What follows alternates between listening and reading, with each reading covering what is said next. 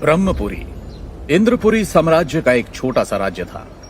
इंद्रपुरी साम्राज्य के राजा नागार्जुन एक महान राजा थे, जो हर साल अपने साम्राज्य में एक मुकाबला करवाते थे, जिसमें अपनी शक्ति और सामर्थ्य पर भरोसा करने वाला हर योद्धा भाग लेता था।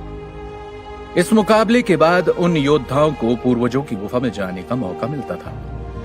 आज से ठीक 3 दिन बाद यह मुकाबला था, जिसमें राज्य और उसके आसपास के दल के लीडर्स और उनके मेंबर्स के बच्चे भी भाग लेने वाले थे। यही वजह थी कि राज्य की सड़कों और बाजार में भारी मात्रा में भीड़ और चहल पहल थी। उसी समय आसमान से एक आग का गोला तेजी से नीचे गिरता हुआ आ रहा था, जिससे आसपास का वातावरण भी गर्म होने लगा। सड़कों पर मौजूद लोग आसमान से जमीन की ओर आते इस खतरे से अनजान थे। किसी का भी ध्यान आसमान की ओर नहीं था, क्योंकि सभी अपने कामों में व्यस्त थे। अचानक विद्युत नाम का एक लड़का जोरों से चिल्लाया, वो देखो, सूरज नीचे आ रहा है।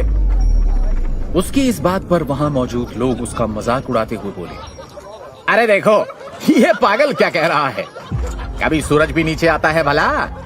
उस आदमी की बात सुनकर बाकी लोगों का ध्यान भी उस लड़के पर गया और एक दुकानदार बोला, ए पागल, चल भाग यहाँ से, सुबह सुबह काम खराब करने आ गया।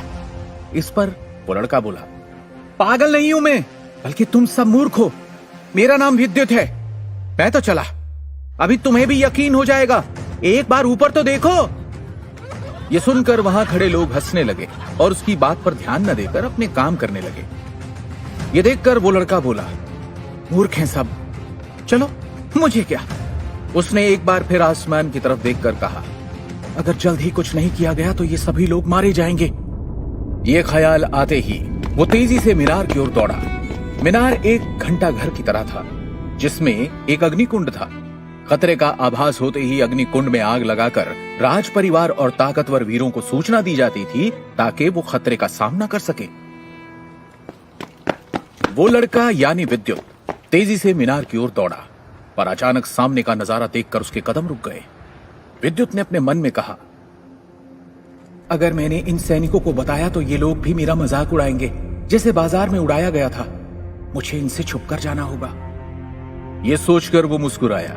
फिर उसने अपने झोले से एक लाल पाउडर निकालकर भीड़ वाले इलाके में हवा में उड़ाया और छुप गया। जैसे ही वो पाउडर हवा में उड़कर लोगों की आंखों तक पहुंचा, वहां पर हंगामा मच गया। ऐसा होते ही सैनिकों का ध्यान उस ओर गया और इस बात का फायदा उठाकर विद्युत तेजी से मीनार पर चढ़ गया। एक सैनिक ने विद्युत को मीनार पर चढ़ते देख लिया और वो चिल्लाया, ए बालक, कहां जा रहा है? रुक रुक, वहां किसी को जाने की अनुमति नहीं है, रुक जा वरना तुझे दंड मिलेगा। सैनिक जोरों से चिल्लाते हुए उसके पीछे भागा। भले ही 14 साल का विद्युत कमजोर था, पर उसकी भागने की रफ्तार बहुत तेज थी। फिर भी विद्युत अभी बालक ही था, जबकि सैनिक एक ताकतवर योद्धा था। विद्युत मीनार की बड़ी मिसाल में आग लगाने ही वाला था कि तभी उस सैनिक ने अपनी शक्ति को जागृत कर तेजी से उसे पकड़ लिया। इधर आसमान से गिरता वो आग का गोला, जो कि एक महान योद्धा था, किसी योद्धा के प्रहार से आहत होकर नीचे गिर रहा था और उसके शरीर से आग की लपटें लगातार निकल रही थी। नीचे आते हुए वो आग का गोला अब किसी इंसान की तरह लग रहा था।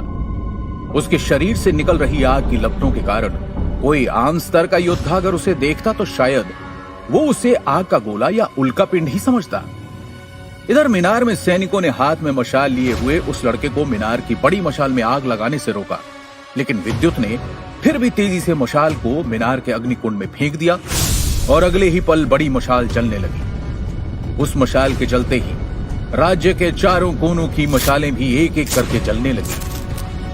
ऐसा होते ही राज्य के ब्रह्म पर्वत से एक शक्तिशाली इंसान हवा में एक नीली शक्ति के साथ तेजी से उड़कर मीनार के पास आ गया। नीचे खड़े लोग आसमान में उसको उड़ते हुए देख रहे थे। तभी एक इंसान बोला, वो देखो, ये तो राजघराने के रक्षक महान ऋतिक वेदा हैं। दूसरे लड़के ने कहा, हाँ भाई, लेकिन ये चेतावनी की मशाल किसने जलाई? क्या किसी ने राज्य पर हमला किया है? उस लड़के की ये बात सुनकर आसपास के लोगों ने एक नजर उसको देखा और फिर सभी की नजर महान वेदा की तरफ चली गई। महान वेदा मीनार के सामने आकर रुक गए और हवा में स्थिर हो गए। महान वेदा का चेहरा एकदम शांत था। उन्होंने कहा, क्या तुम मुझे बताओगे ये चेतावनी की मशाल किसने जलाई? अचानक उन्हें हवा में गर्मी का एहसास हुआ और उन्हें माजरा समझ आ गया। वो बिना सैनिकों का जवाब सुने आसमान की तरफ उड़ गए और उन्होंने तेजी से हवा में गिरते हुए उस ताकतवर इंसान पर अपनी बर्फीली शक्ति से प्रहार करके उसे हवा में गिरने से रोक दिया।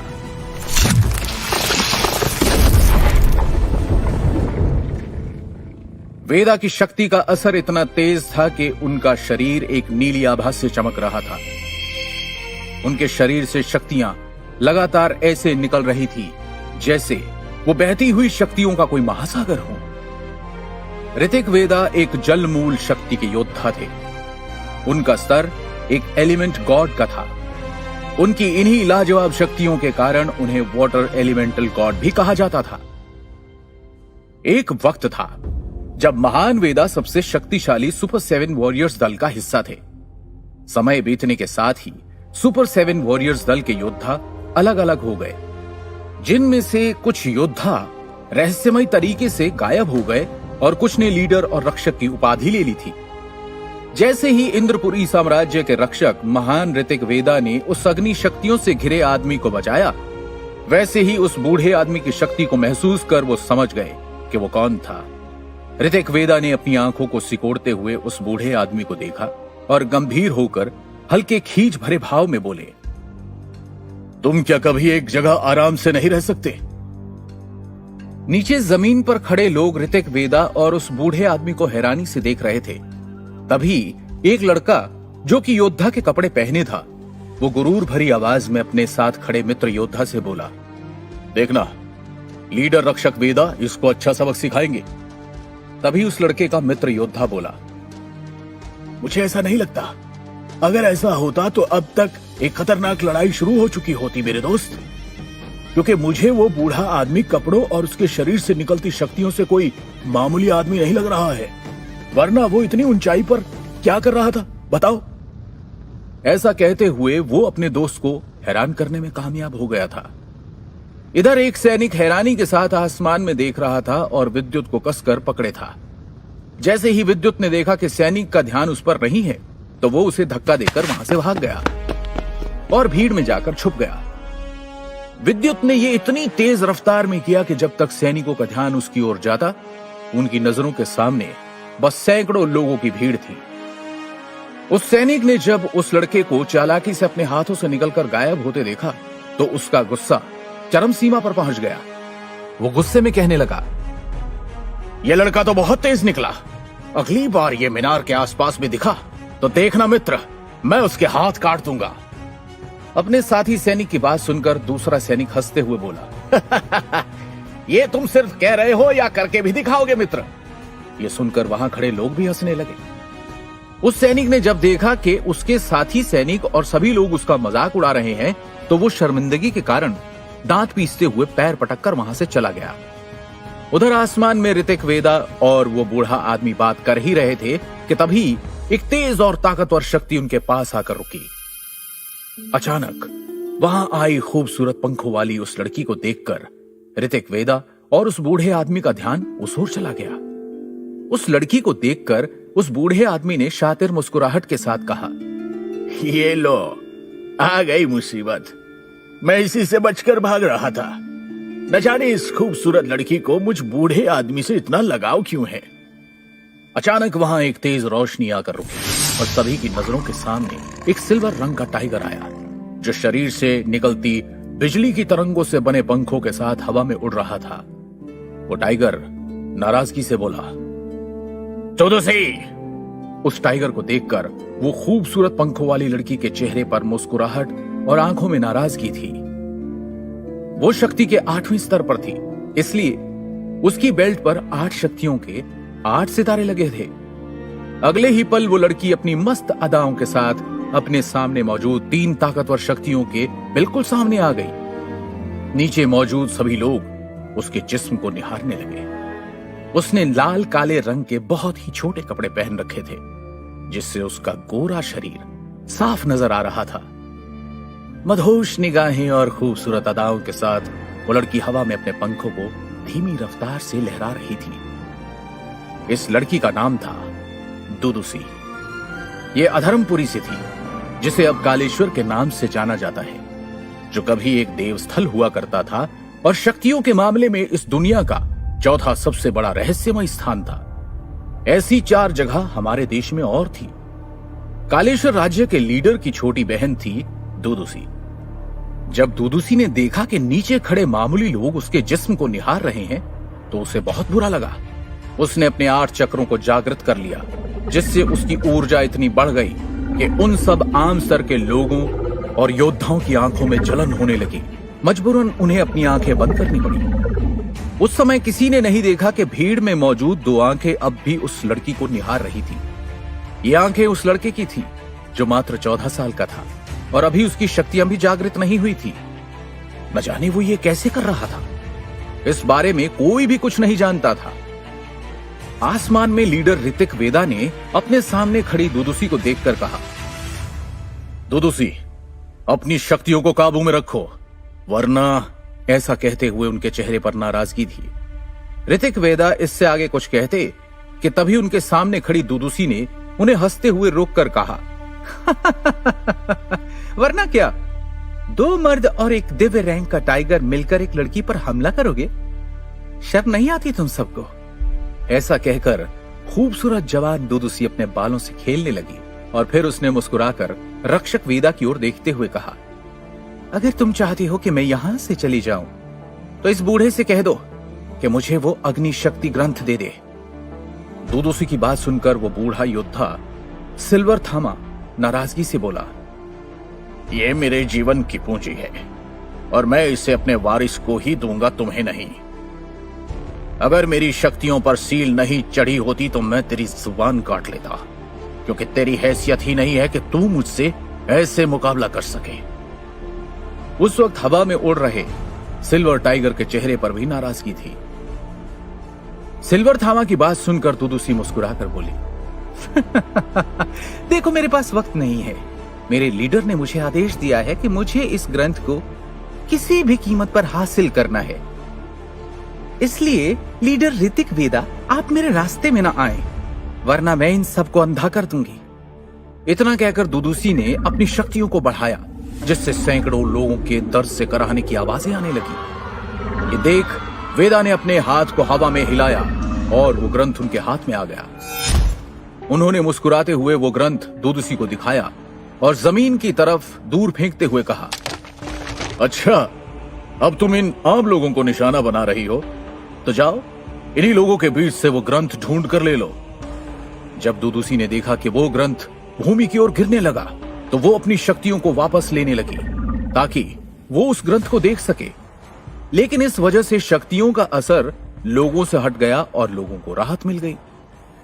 इससे पहले कि दुदुसी उस ग्रंथ के पीछे भूमि पर जाती, रक्षक वेदा ने अपनी शक्तियों की मदद से एक सील बना दी, जिससे पूरे इंद्रपुरी साम्राज्य के ऊपर एक कवच बन गया। जिसे देख दुदुसी ने नाराजगी से कहा, क्या तुम मुझसे मुकाबला करना चाहते हो? लेकिन तभी उसकी आंखों में खौफ नजर आने लगा, क्योंकि मौके का फायदा उठाकर बूढ़े थामा ने भी हवा में हाथ लहराया और उनके हाथ से निकली शक्तियों ने एक बड़े धनुष का रूप ले लिया और उसका निशाना था दुदुसी। दुदुसी ने देखा कि अगर उसने एक कदम भी बढ़ाया तो वो हमले का शिकार हो जाएगी। वो समझ रही थी कि भले ही उसकी शक्तियों का स्तर उसके सामने खड़े दोनों योद्धाओं से ज्यादा था, लेकिन अगर दोनों योद्धा मिलकर उससे लड़ने लगे तो शायद वो बुरी तरह से जख्मी हो जाएगी। इसी कारण वो परेशान हो गई। अचानक उसका ध्यान सामने की ओर गया। रक्षक ऋतिक वेदा ने अपने चक्रों को जागृत करके अपने शरीर का रूप बदल लिया और एक बड़े ही भयानक शेर के रूप में आ गए। उनके शरीर से भयानक और ताकतवर शक्तियां निकलने लगी। ऋतिक वेदा ने नाराजगी से कहा, इससे पहले कि मैं अपने समझौते को भूल जाऊं, चली जाओ यहां से। जब दुदुसी ने देखा कि वो बुरी तरह से फंस चुकी है तो वो घबराने लगी, पर उसने अपने चेहरे पर यह भाव नहीं आने दिया।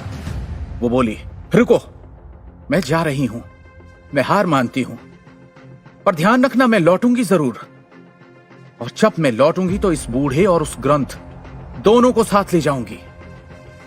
ऋतिक वेदा उसकी धमकी सुनकर इतना नाराज हो गए कि वो आगे बढ़ते हुए बोले, हम दोनों मिलकर इसे अभी खत्म कर देते हैं।